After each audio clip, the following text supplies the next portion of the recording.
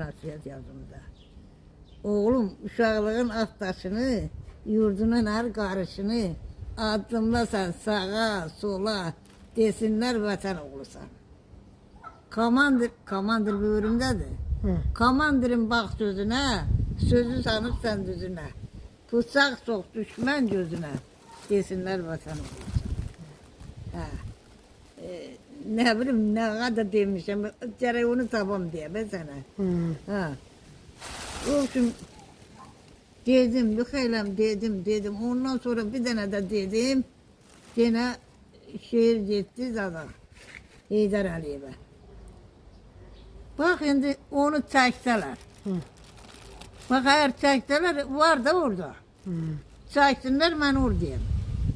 Yox, çəkirlər də, indi tanıtmaq lazımdır ki, təzələmə yadlarına salmaq lazımdır ki, itməsin. Çünki bu tarixdir də, bu tarixdir.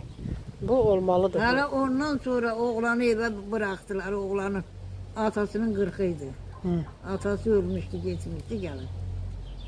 Oğlanı heç nəsiz bıraxdılar.